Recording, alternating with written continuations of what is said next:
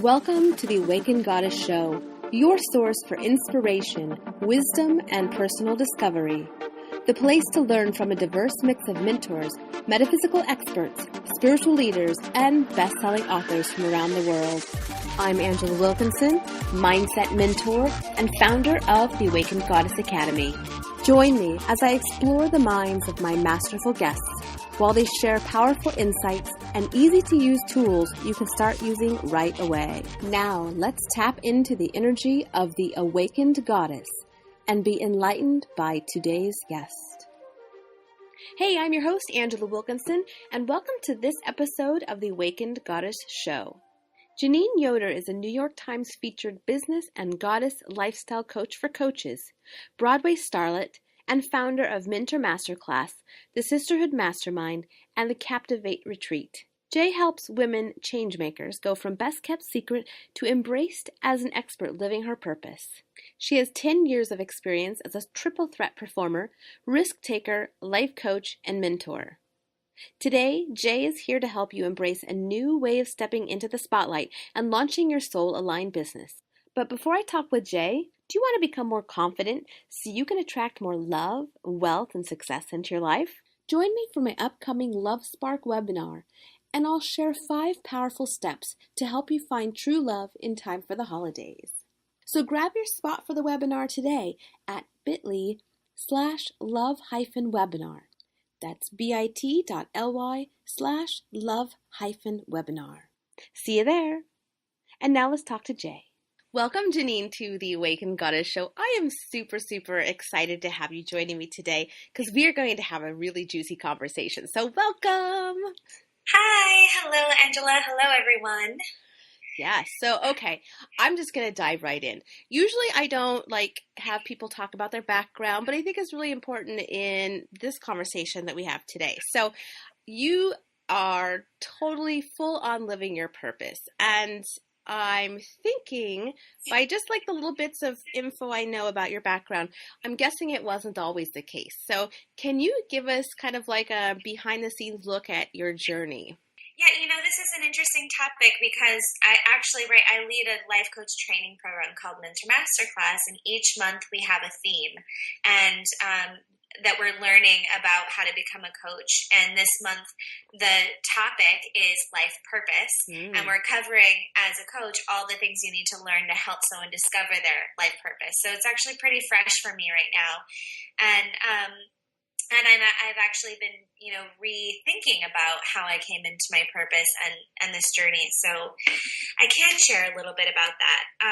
The first thing is I think that when we relate to our purpose, we think of it's really easy to put a label on it or roles on it. And our purpose is so much deeper than that. I think that it's something you have to be really play detective with in your lifetime to tune into. I think we're all souls having a human experience. I think we came into these bodies because there's something special about being human that we wanted to know. And I think one of the most amazing parts about it is we have these incredible bodies with all these senses. And there's a lot of shitty things about being human, and there's a lot of great things. And it's really tuning in. Why did my soul come here? What's special about my essence? What am I looking for? And then, we're on that search, we're on that journey, and then some of us are lucky enough to really get a sense of what that is and to tune into it to where our very human realities can begin to mirror what our deeper soul is seeking. And so for me, I played a lot of detective work. I grew up, both of my parents were drug addicts, and I was exposed to a lot of harsh realities about being human really young. And they also didn't shelter me. So I saw a lot. And I saw a lot of pain. I also saw, there's some happy things about drugs. There's a reason people do them. I saw them high on life, and I saw them in the low lows of life. And I was exposed to a whole community, as my dad was a major drug dealer, of people who were in addiction. And I think a lot of people who are in addiction are hiding from life in some way because they desire to be happy and experience the joy side of life. And that's what the drugs are about. So I had just this really interesting lensing at such a young age of of human nature. And then both my parents went into recovery and went into healing. And I grew up in NA meetings, Narcotics Anonymous meetings, now with a totally different community that my parents immersed themselves in, of trying to heal their wounds and patterns that weren't serving them and pull their life together. And I witnessed the tools that are implemented behind those walls in those meetings and in that community. And I was really passionate about it. I looked at my family, and it wasn't just my parents. Most of my family on my mother's side and father's were in addiction. It was something that ran through our ancestry. And so there was just a lot of pain and just wild life stories. And I saw that I just didn't want that for my life. So I wanted to find good examples. I wanted to find good resources and tools of, if this is what I'm set up for, if this is what's in my genetic makeup, how do I have a hope of something different when there's no one really around me proving that anything is possible, rather than a lot of hardship and a lot of deep pain. And so I became so passionate about self-help, really young. And the other side of me was also, I loved the arts. I found God and spirit through song and dance and music. And my grandmother, in an attempt to kind of help me with all the craziness going on in my family, got me involved in the local theater really young. And so once I auditioned for my very first show, I never missed a show. I went on to do over 100 shows growing up. I was in every production with the local community theater. Through high school, got involved with choir and performing, ended up going to musical theater college and really pursuing that, thinking that might be my purpose because I loved it so much. Mm-hmm. All the while behind the scenes using personal development tools to heal all the trauma I had experienced in my life young, and to choose such a difficult career as acting, because there's so much rejection, there's so much empowerment. It really is being your own CEO and knowing yourself really well to be an actress. Right. And then moved to New York and used those personal development skills to become successful in that career. Made it on Broadway, and then discovered I wasn't fulfilled because I wasn't being of service, mm-hmm. and I wasn't using this whole other side to myself. So basically, when I really came to understand my purpose, and where I've tuned into that now, is that I have always been that healer for other people and for myself. I was that for my parents in really weird ways growing up. I was that for all my friends, all my colleagues in theater. And then when I realized, life coaching is a career, this is a real thing that people do and make money to do, I started to tune into that was my purpose, that what I really loved doing was learning the tools and techniques, and taking that one step further, I love talking to other people who want to learn the tools and techniques. And that's how I became the coach's coach. So now I'm in this position in my life where I get to live and breathe continually doing the inner work on myself and expanding and getting to know my soul and applying that to my human life, while teaching other people who desire to be in this role of a leader how to do that by teaching the tools and techniques. So that's kind of the long, short version of my relationship to purpose and where I'm at with it now. Yeah, that's awesome. And I love the journey that you went through, because, it sounds like as a child, as you were describing the story or your experience, I could just see you as this amazing bright light throughout, even as this young little girl. And just the wisdom that you innately had coming into this life, I think that really helped you move through your life.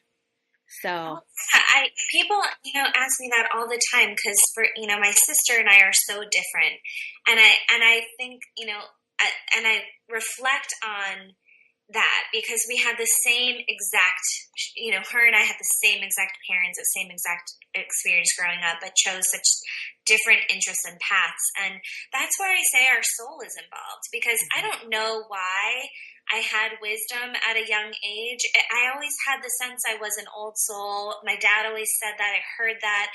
I always had this inner voice that was guiding me, that There was nothing, it came with me in, in this life. And it's so interesting to me. I see that in other people too. And it's like either you avoid that or you follow it. And I think I've been lucky enough to tune in and have played witness enough to what those things are that came with me, and to trust them and follow them and let them shine in my life. And I can't take credit for it because it really is something beyond me. It doesn't quite make sense, but I'm thankful to have recognized that it's there and to tune into it and follow it. Yeah. Well, I'm sure you earned it through many past lives. I'm sure. Okay, so let's talk about running a soul-centered business. What would you say that looks like? I think that looks like being willing to recognize that you are your business, and that it's about learning smart strategies. It's about being up to date on the business running skills and becoming an expert in your area, whatever that is, like really educating yourself in the important elements of running your business. But that's only so you can actually create the space for yourself to also look at yourself. And I think to run a soul-centered business, it takes looking at your deepest triggers, your blocks and your wounds, and getting the support that you need to surrender to that process so you can continue to work and elevate yourself to higher states of success. And when we talk about success, I mean, that's probably one of the biggest things. It's what is success really to you? Why are you in business? And discovering that it's going to be more than the financial gain and some of the values you have. It's going to be a deep connection to your purpose. And it's also going to take you really looking at, why am I here and why am I doing this? And to run a truly soul-centered and successful business, I think you have to have a strong answer to that question that lights you up, that lights a fire under your ass, and that connects to you in a deep way, that will entice you to want to do the work that it takes on yourself, and also entice you to show up, in what it takes to just run a business in itself. Well, gosh, I mean, running a business is one thing, right? But choosing to be a therapist or a coach, one of the things I learned as a therapist is that you can only take your client as far as you've gone. So if you haven't done the internal work, you might have things that limit you from taking them to those deeper places because it might scare you. Have you heard that before, or do you know what I mean? Yeah, that's actually a huge reason why I started a life coach training school in the first place, was because I was noticing that you can't just train to be a life coach and learn these tools and techniques and step into a session. Your clients are always going to mirror something back to you. And some people have like a misunderstanding of coaching sometimes, that like a coach is like a friend just giving you life advice. That's not true. There is high-level neuro-linguistic programming training that you're doing as a coach. So whether you're successful in your own life, you can still become an expert-level coach if you really study the tools and techniques. Yeah. But you're so right that you're making the choices of what questions you ask your client, and you're bringing the level of accountability, and you're holding the level of consciousness that they're willing to deepen into in their sessions, and you're holding this sacred container for them. So the level of depth that you bring to that, the amount that you're aware of your own consciousness and consciousness itself, the amount of energy protection that you're bringing to a session, along with how much you've invested in your actual training as a life coach, which to get yourself to do that, you have to work through your own money blocks and your own ability to get support. Absolutely, you can only take your client so far as how much you've done. And that's something everyone should look for when they're hiring a coach. I would be asking, what has your personal journey been? What is the kind of work that you've done in your own life, and what is the training you've invested in? Because that will deeply impact my experience and let me know if you're the right coach for me or co-creator along this path with me. Yeah, there was this one time that I hired a coach that sounded really like knew how to walk or knew how to talk the talk, right? Uh-huh. But then once we started coaching, I really wanted to take my business and everything to the next level. And I found that this person was they were kind of hanging out in the strategies and, giving me like, you do this and this and this. And I found myself like, I could feel that there was like a limiting belief inside. And I started like coaching myself during our sessions because it was kind of driving me crazy that we weren't going to that deeper stuff. And so, yeah, it's real, like you say, it's really important to know who it is that you're getting involved with in a coaching or a therapy situation, because, they can really help you take things to the next level, or they will actually limit you. So it's really, it's kind of like that same thing where you are an average of the 5 people that you spend most of your time with. Absolutely. That's actually why I believe so much too I've leaned more toward mastermind experiences in the past year for my personal business development than I have one-on-one coaching, because I feel that you learn so much from having a high-level mentor who's holding the container. And for me, I have learned so much from sisterhood and through feminine energy healing and being in deep relationship with other women. And then you get to, I just learned so much by watching another woman come up against her limiting beliefs and blocks when you're in that vulnerable container, for her to share and then see the coaching that happens. It's a whole nother level that's hard to tap into just in your own one-on-one coaching. And then if you get to have that experience in front of other women too and process and share, I feel like that's a really powerful way for business growth and deep healing, is mastermind experiences. Definitely. And then you have like, especially if it's like a coach where other women are leaders or have, are coaches or have a level of knowledge, then they're bringing their skill set, and you're so much more likely, like you said, to tune into the real blocks, while you'll still have another woman in the room that's going to help you with that strategy that you need. So it's like you get to do a little bit of both in that way. It's hard to find a coach that has all the right values of what you need in that perfect time. But when you do get one, it's powerful work when you find a one-on-one coach that really is in sync with you and your needs. Yeah. And what you're saying, that's so true about sisterhood and surrounding yourself with an amazing group of, I would say women for myself. And I think that every female entrepreneur really needs to have some sort of high-level mastermind that you, like you say, like-minded women who they have the same vision for their business.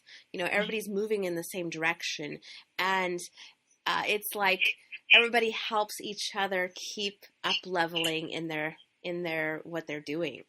And I think it's amazing to do that. Absolutely. I 100% agree. And I would add that we have so many samples of the masculine business model in the world. And I think what you learn when you choose a mastermind that integrates, a leader who knows something about sisterhood, and if it is for all women, then what I challenge women to learn is an honoring of our feminine power, and really tuning into, because we have cycles and flows. We are not linear like men. And so when we fall into that masculine approach to our business and our life, there's a lot of pain with that, and we're not tuning into our truest source of creative power. And when you start to lean in and understand what it means to be in a feminine body, what it means to be a woman, even down to the fact that there's 2 parts to this. We used to live in tribes, where women were in community. We weren't hiding behind 4 walls, trying to play all of these roles, wearing all of these hats on our own. As we were in tribes where when we had an off day, there was a woman that would do the cooking for the community, and a woman who would make the blankets and sell them, and trade them. And we worked together, and we shared, and we had rituals, and we had ceremonies for every evolving space in our life. And we sat in the red blood tent together, and Now, and so the other side is our body is synced up to the moon and the water cycles, and not every time during the month are we able to power through, or do we want to be social and uppity. When we're bleeding, we are going through a deep process of self-evaluation. We need to be alone. We need to pull back. We have a lot of revelations about our life. We're more tender. Our energy is down. And when you start to cultivate these kind of relationships with sisters in your life where other women can support you through these cycles of your business. And when you start to cultivate this relationship with yourself as an appreciator of your emotions and your feminine body, then you start to come up with better strategies for your business that actually integrate who you truly are, how you feel in any given moment, and make space for the range of your emotions to actually serve you rather than make you feel depleted or crazy or incapable or not good enough. And that's, I think, the real secret to your personal work with your feminine power, and then being in community and sisterhood, the kind of mirrors and relationships that you build from that. Yeah. I love that. And I love that you give us this great reminder to relax into those cycles and be okay with not always being in that kind of the driving, the more masculine energy of the doing, and that it's important to really honor ourselves and those processes. And I also like how you make this correlation between those same cycles happening in your business and how that plays out, and not getting upset because things aren't happening how you think they should, and allowing them to unfold in another, maybe more beautiful, more expressive and successful way. Oh yeah, it's so much fun when you learn to follow the rhythm and the flow. It's very challenging because I just think a lot of us who are drawn toward being entrepreneurs who are women got that way because we wear a badge of honor about our ability to power through. We have this side of us that is masculine and can set our eye. I see the masculine as this is how I separate it from the feminine. The honor, the masculine is the word honor. It's sticking to your word, saying, when you say you're going to do something, you do it at all costs. And the difference is feminine, I see it as the word devotion, where you have a deep, heart-centered pull where you will do what it takes, but there's different energy to devotion, and it may come in a different form. It has the ability to kind of to come in and out like the ocean tide, whereas the masculine is like, eye on the bullseye, secure the perimeter, get it done. And there's a time for both, but the thing that we are missing when we wear that badge of honor and we burn ourselves out is that we're not being true to our core. And when we find and appreciate what devotion can do for us in our life, and I see that as self-care, devotion to really taking care of ourselves, and devotion to our mission and our why in the world, there's a power that comes within that is for us because we're in feminine bodies that works for us. And, an example is if you do your prospecting calls during your ovulation month, which is 4 days during your cycle in the month when you are completely in sync with the moon, where your skin is clear, look at a picture of yourself when you're ovulating. You are stunning during those few days because nature has us attracting, we're calling the men's seed into us. We are so desirable and on fire during that time that if you hold your prospecting calls, or you do your sales calls, or you show up to a networking event during that time, you're in your flow, baby. Like, it's just going to come with ease.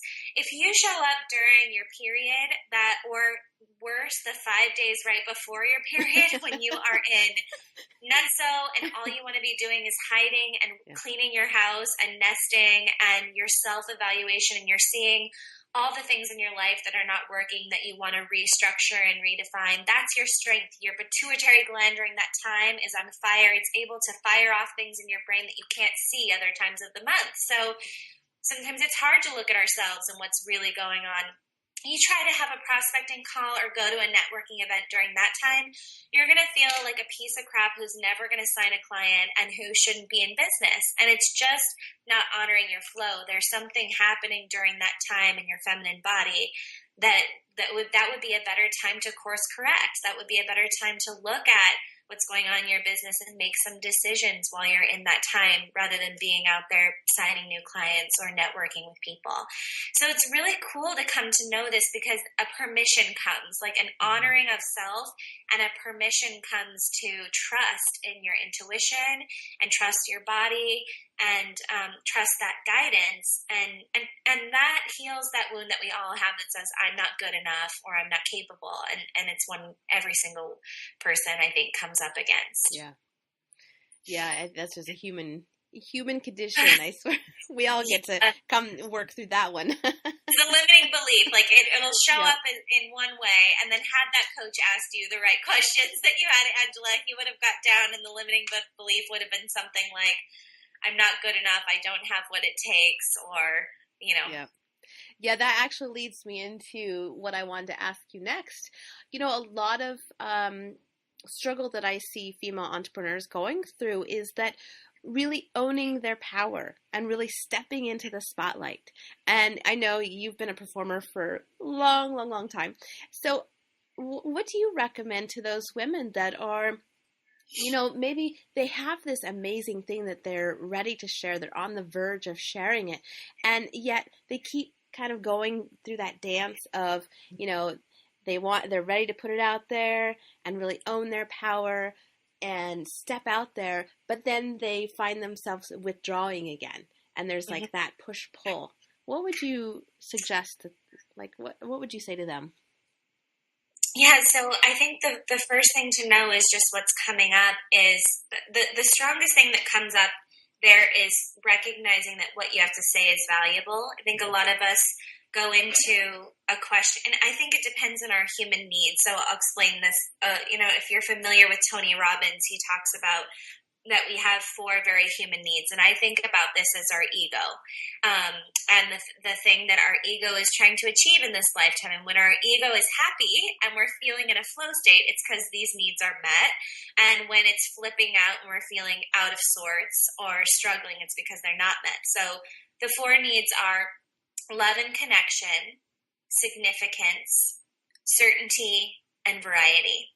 And so when I work with a lot of women because I run a retreat each year called Captivate, and it's about taking the stage, being seen, and finally sharing your message. And women come to do this sometimes for the first time. They've never shared their story in public, but they want to learn how to shine. They want to learn how to own the spotlight. And the ones who are significance driven, and so when this is how I'll explain it, you have one of those 4 needs: love and connection, certainty, variety, significance. That is your vehicle. It's the one that just for you and your personality is more important than the other ones. And it kind of, you'll see that oftentimes it defines you a little bit. It's easy to kind of start to pick people out by these needs. Yeah. So for me, that vehicle that you use is to meet your core need, the one that's most important to you, that you could not live life without meeting this need.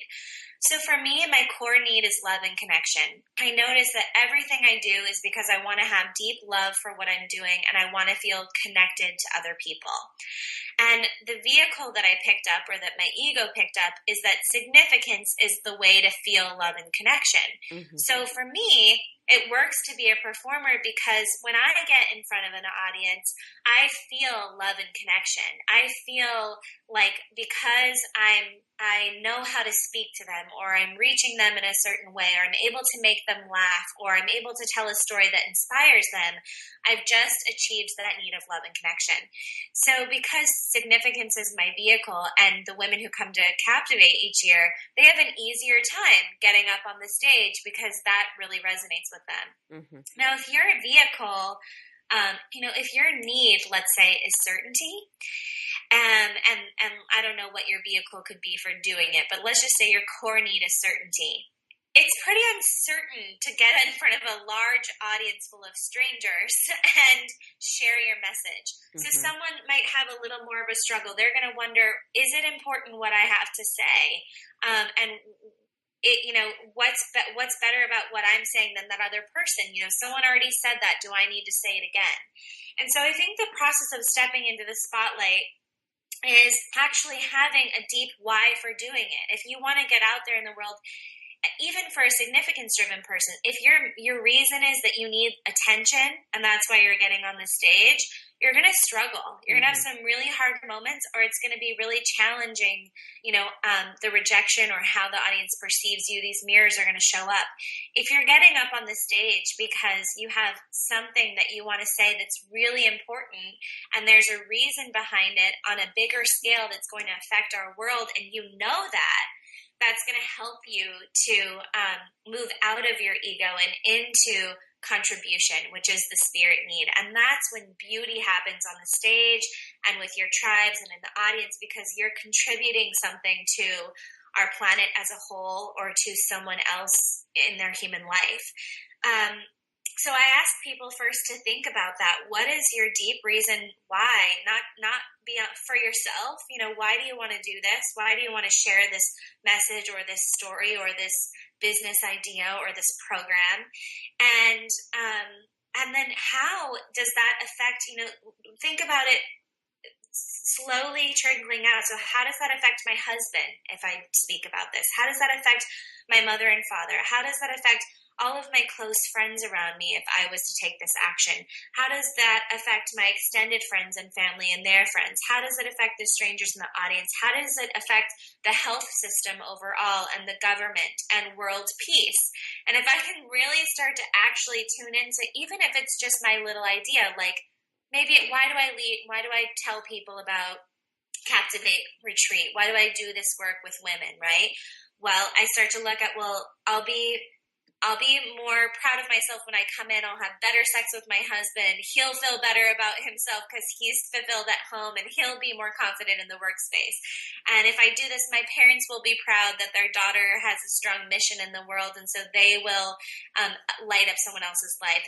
And I may inspire a speaker who speaks about health, who goes out and creates a ripple effect. And so our health system changes from someone who hears that speech, and then our planet becomes healthier people. That's kind of where you want to take it. And then all of a sudden you're like, this isn't even just about me. This is about something bigger. Yeah. And then the true recipe I'll share with you, Angela, because even though I've been on stage and performed around the country and talked with many live audiences, I still am terrified every single time. I'm always nervous. There's always stage fright. And the way that I work past it, I'll give you an example. I do a show once a year to just get back on stage because I do love to perform and I still want to keep that a part of my life. But I can always talk myself out of doing it because it's a lot of work and it's scary because it's my own show. It's not just being in some other show.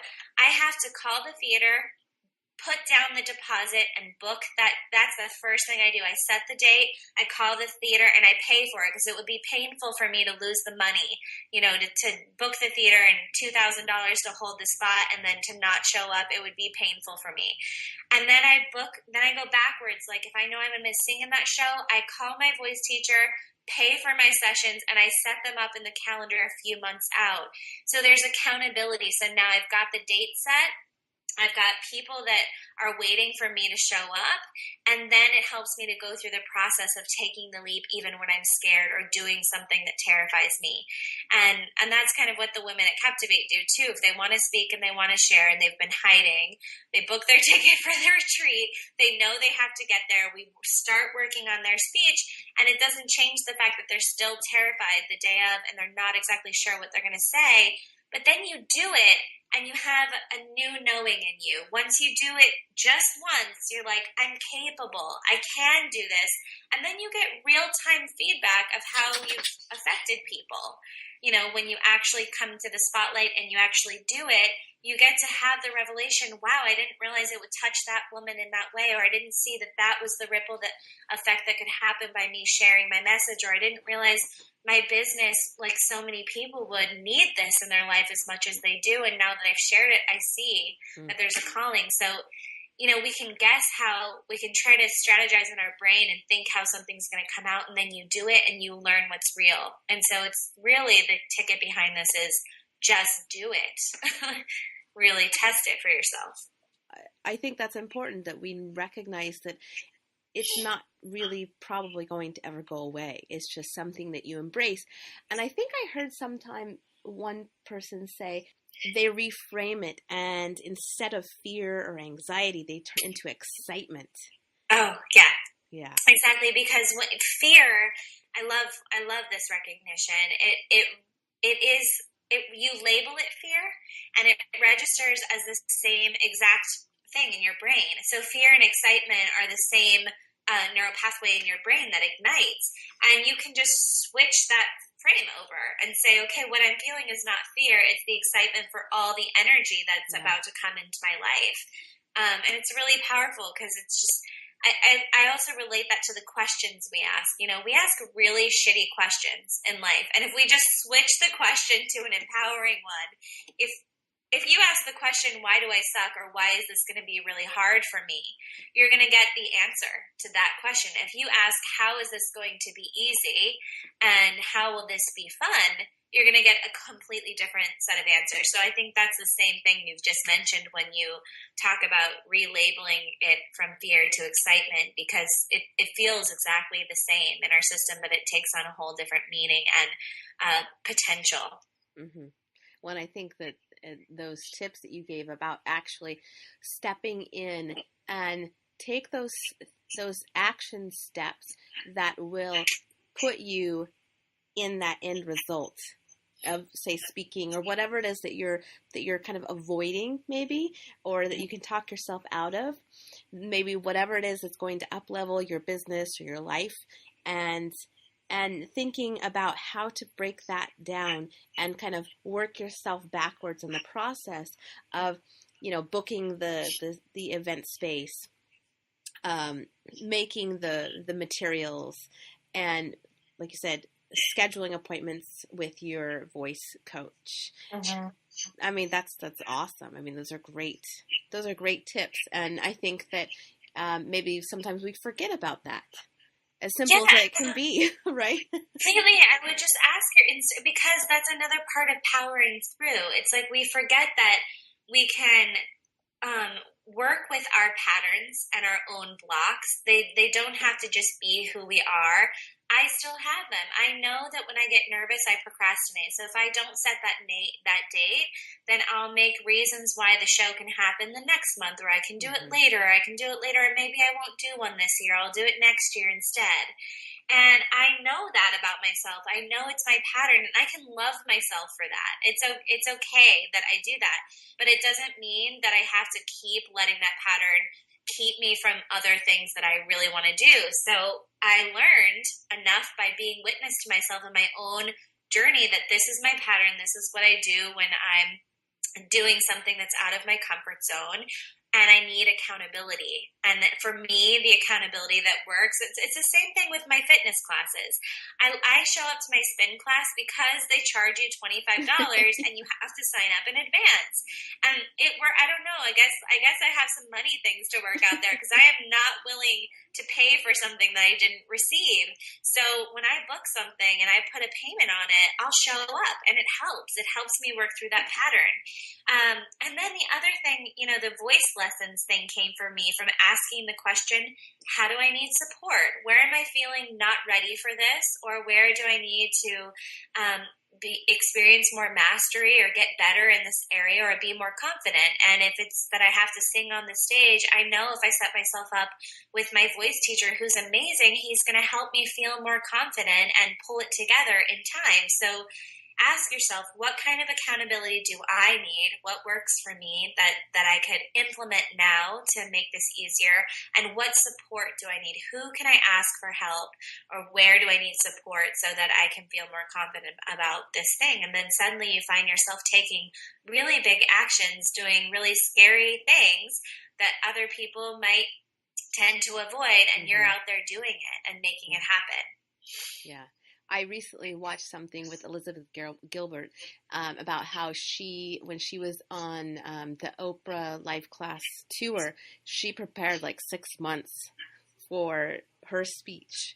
Mm-hmm. So I was like, wow, it's like we sometimes back ourselves into a corner when we're afraid of stepping into something. And so that was another great reflection to hear, that it just doesn't happen, that it's, you put in the work, you put in the preparation, and then it's like you say, it's those things that you just naturally start stepping into that are bigger and bigger, that maybe when you looked at it from a different perspective, they looked scary. But when you're kind of moving through the process and actually taking the action, it's not as scary as you imagined it was.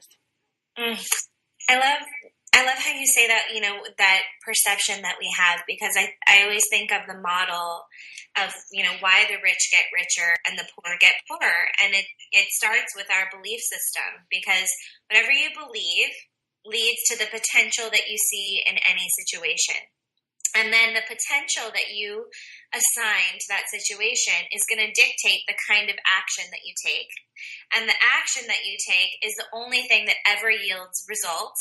And then our results either strengthen or weaken our beliefs. And if they strengthen it, then that cycle, we just keep up leveling.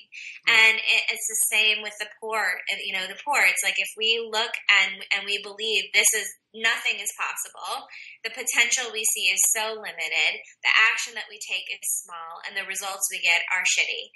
And then that perpetuates itself. And it's like but you do have to start. That's why sometimes it's fake it till you make it, in a way. I'm terrified. I don't know if I'm good enough to do this one woman show. I have no idea if anyone's going to come, but I'm going to book this theater and believe that I can fill the spots. And then suddenly the potential is, all right, I have a theater ready to go. I could potentially fill those spots. Okay, the action I take is, all right, I need to prepare myself because it's happening. I'm gonna set these voice lessons up. The results are, I take my voice lesson, I feel more confident, I'm more excited about the show. It's starting with that. I do think even before you can break down into the baby steps of what you're going to do and the action you're going to take, it has to start with some belief within you that shows you some good potential. And that's where I say working on yourself, because we can get into the business and we can figure out the strategy and the right action steps. But if you don't start with a belief that you're capable, or you don't have some sort of support around that part of you, you won't ever do it. I wouldn't book the theater if part of me didn't think that there's some potential that I fill it. So in order to even make that call and put down that deposit, I have to get to a point within myself where there's some trust and belief. And that's where people usually need the most support, is shifting those own inner stories and taking that leap with a bit of trust that you can. And you've got to share that stuff out loud. That's another thing I love about being in community, is other women say things out loud and you're like, you think that too? Oh, I just thought that I was so mean to myself. I didn't know other people talk to themselves like that, or other people have those fears, or I thought she had it so together and that's why she's successful. And I thought I never could be because I must not have whatever inner voice she has. And you're like, wait, she's rocking it and she's just as terrified. And then we realize, okay, that means I can do some work there too. I can shift this. Yeah, there's so much power in the intentions that we set. Yes. Yeah. So, oh my God, this was like an amazing conversation.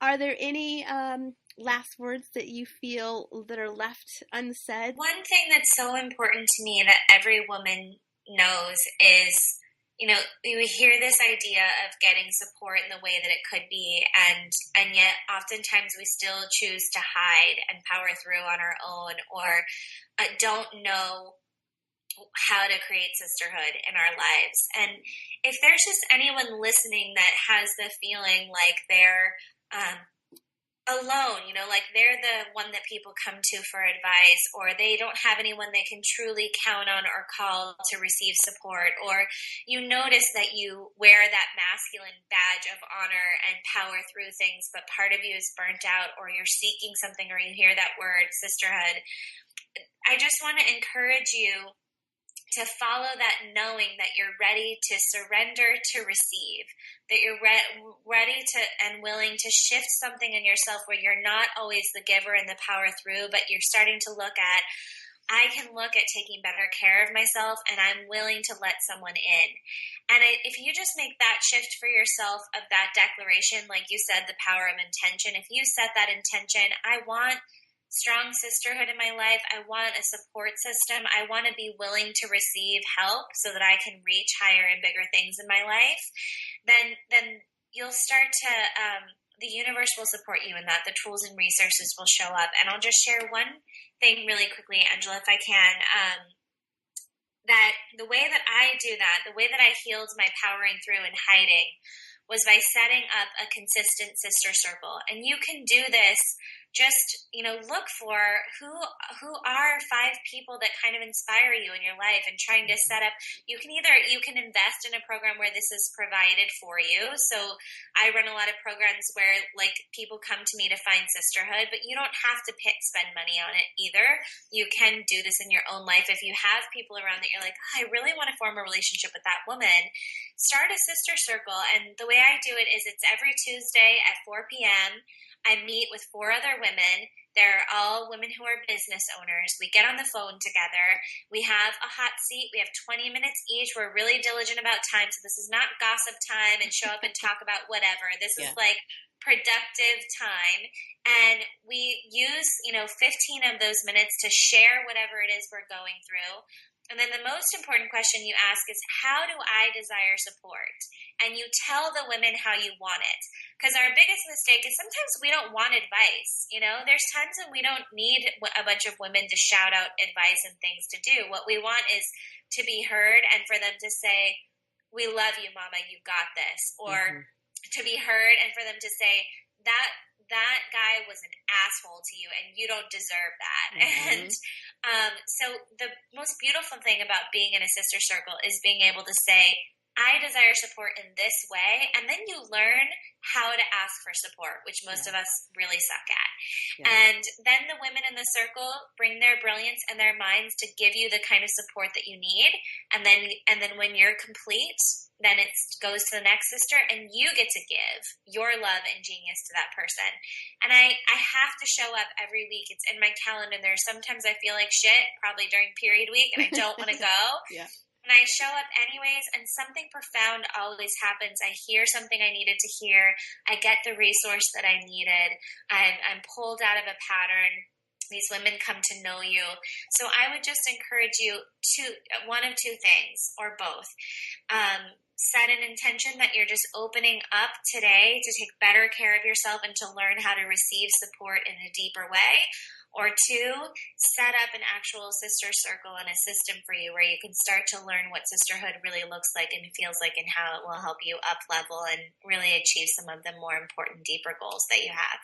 I would love to help the ladies learn how to use their cycles better. So what would be a practical tip to help start understanding that process more?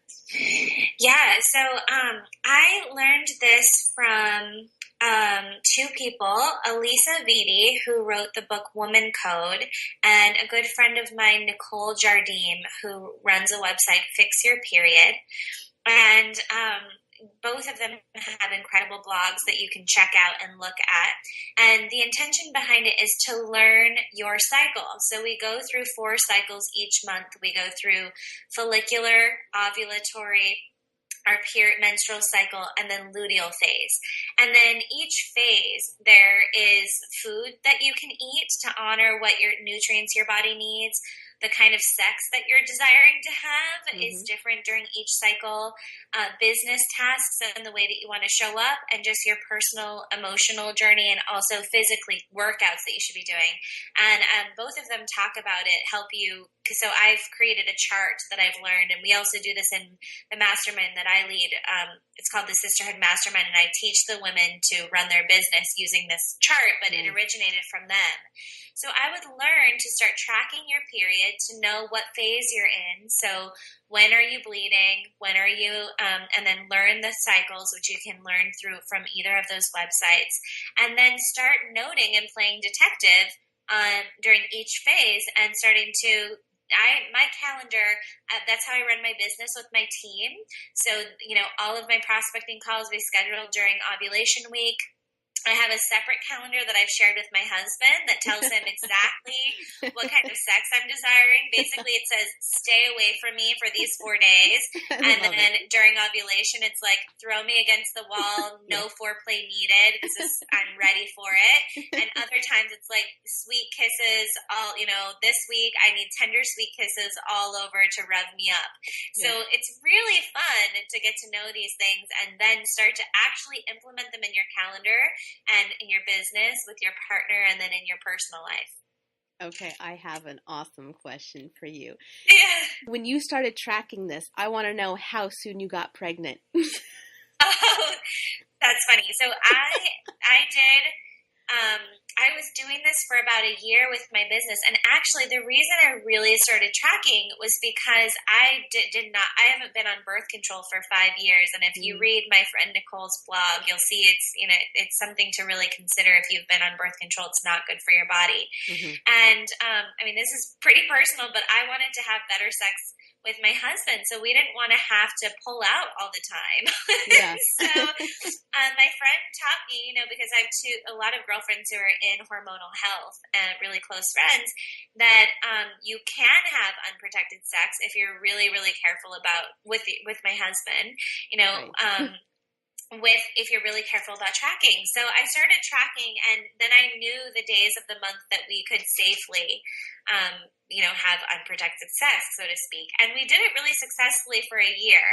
And then we made the decision, we decided we never wanted to be a couple that was trying to get pregnant, just the energy around that. So we just started being lackadaisy, and actually it's pretty easy, because during ovulation, your body, like, you're so desirable during that time, and you want to have sex so badly that there was actually a couple months where I was like, I don't want to get pregnant. I've got a lot going on in my business, but we had decided to be more lax about it.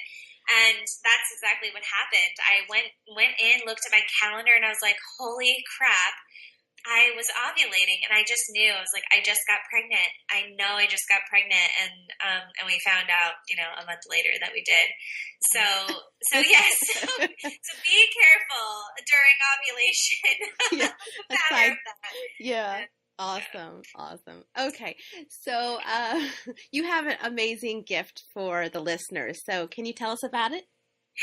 Yeah, absolutely. So, talking about our belief system, and I love tools and techniques. Whenever you talk to I've noticed whenever anyone really successful is interviewed and they ask them, how are you so successful? Oftentimes a lot of people talk about their daily ritual or their morning routine. And this is something that has been really powerful for me, a daily ritual that I use every morning to help me tune into my belief system, to remind me of my life purpose, to ask me the important questions I want to be reminded of, like, where are you receiving support today? And so I created a daily ritual guide for women. Actually, it's for men too. And it basically takes you through high-level neurolinguistics programming questioning and really fun, energetic rituals for your morning. And I'll help you to create your own unique ritual that is going to help you tune into what you need to remember each day. And so it's a little guide on how to do that.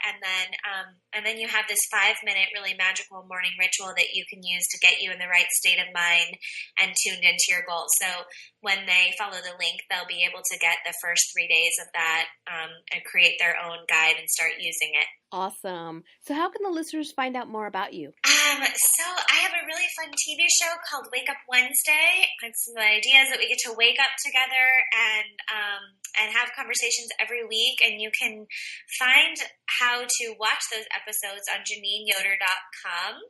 Any information on some of the things I mentioned, Mentor Masterclass, if women are thinking about becoming a life coach, they can find it through that website or at mentormasterclass.com. And I run a mastermind and sister circles and the Captivate Retreat, which you can all find information for on JeannineYoder.com. And I love to hear. I read all my emails personally. So when women hear these interviews and have aha moments, I really love to hear about it. So shoot me an email, jey@JeannineYoder.com, and I'd love to hear what came up for you or what you realized as a result of this. It's always fun to hear from them. Well, thank you for joining me today, Jay. This was an amazing discussion. Thank you, Angela. I want everyone to know I love the way that you lead these interviews because we get to see each other. I know they're listening to it visibly, but it's really helpful. It's so nice to get to see you while we're talking, and I'm so thankful that you're just navigating these kinds of questions and sharing them and doing your own purpose. So thank you for inviting me to this and sharing this time. It's really been beautiful to talk through all these things with you. Thank you. Yeah, it's so much fun just to see where these conversations go. Yeah. I love keeping it organic in that way. Yeah, cool. And now I'd love to hear from you guys. The most awesome discussions happen after the show over at theawakenedgoddess.com. So get yourself over there and leave a comment right now. Did you enjoy this episode? If so, I'd love it if you'd share it with all of your friends. And if you want even more incredible resources, including Jeannine's morning success and meditation ritual, subscribe to the show and you'll get bonus content that I only share with my online community. And until next time, goodbye everyone! Thank you for listening to this episode of the Awakened Goddess Show. I hope you enjoyed today's guest and got something you can start using in your life right away. For more spiritual insights and to listen to more episodes, subscribe to The Awakened Goddess Show at theawakenedgoddess.com and discover wisdom that'll change your life.